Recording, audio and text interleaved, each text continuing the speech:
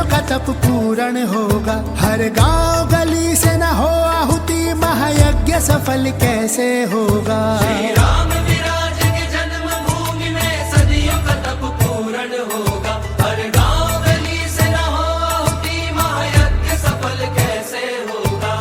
जय रघुनंदन सीताराम, दशरथ नंदन जय श्री राम। जैसे कि सभी जानते ही हो कि आज एक राम नवमी की तरह इस दिवस को मनाया जा रहा है। हर जगह पे राम राम के जयकारे लगते हुए आज इस टाइम मैं किस घर में पहुंची हूँ, वहाँ भी एक हवन यज्ञ के साथ इस राम लल्ला के आगमन को मनाया जा रहा है। और पंडित जी मेरे साथ जुड़े हुए हैं, इनसे भी जानते हैं।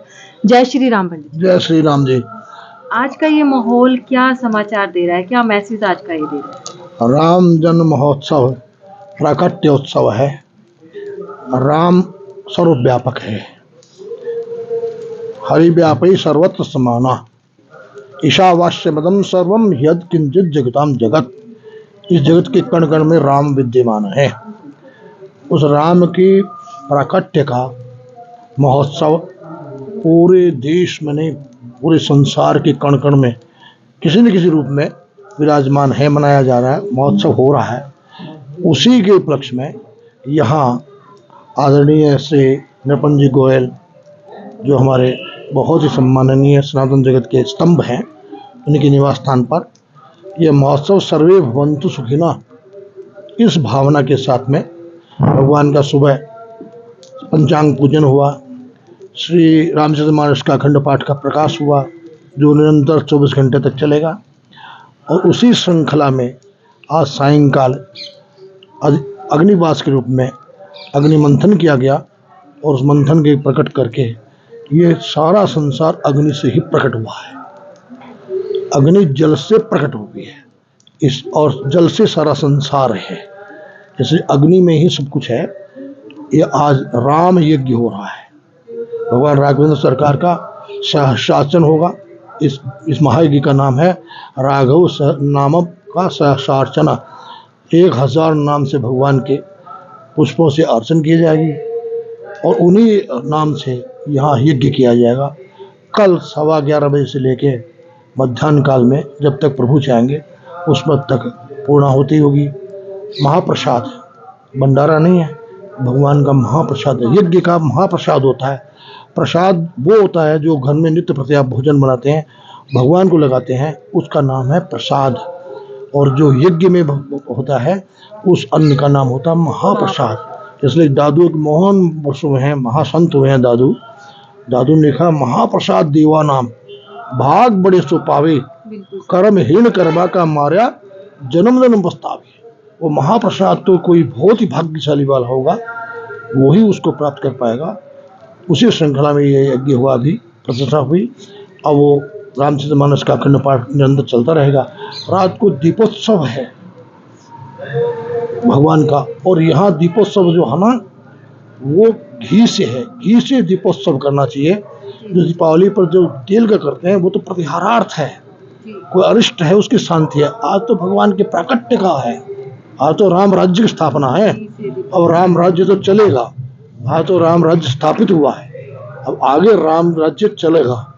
और राम के राज्य में तो 10,000 वर्ष तक महाराजा ने प्रमाण मिलता है। 10,000 वर्ष तक राम ने राज्य किया था। ये तो युगांतर तक करेगा। क्यों युगांतर क्यों चलेगा? अभी तो कलयुग के दिन पड़े हुए हैं, फिर सतयुग आएगा, फिर त्रेता आएगा, फिर राघवेंद्र सरकार खुद प्रकट होंगे। तब तक ये राज्य चलना है। इतने लंबे ड्यूरिंग पीरियड के लिए, इतने लंबे के लिए ये राम राज्य की स्थापना हुई है। इसलिए अयोध्या में, अयोध्या राम का राज्य है। वहाँ से पूरे विश्व में इतना लंबा समय तक निरंतर आज उसकी स्थापना होगी। अब कर्मबद्ध सनातन जगत पद्धति पर तो धर्मो रक्षित रक्षता, और धर्म रामस्य विग्रह। भगवान राघवेंद्र सरकार ही धर्म है। धर्म किसी वस्तु का और क्रिया का नाम नहीं है, भगवान का ही नाम धर्म है। तो 500 साल बाद आज राम वापस आए, उन्होंने राम लल्ला का नाम दिया गया है। ये राम लल्ला का नाम कैसे दिया गया? ये एक शास्त्र का प्रमाण है कि जन्म से लेकर और 10 वर्ष तक बालक का लल्लन बनना होता है। बालक होता है, बालक अवस्था है, बालक अवस्था है।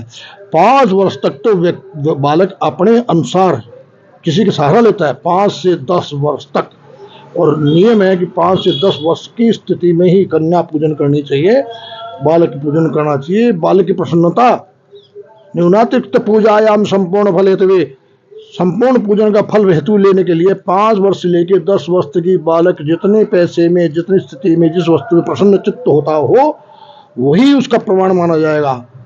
इसलिए भगवान का 10 वर्ष तक का बाल काल का वहाँ पे बाल्यकाल का रूप। वो स्वरूप आया है, और तो इसलिए भगवान बाल्यकाल में यहाँ विराजमान हुए हैं।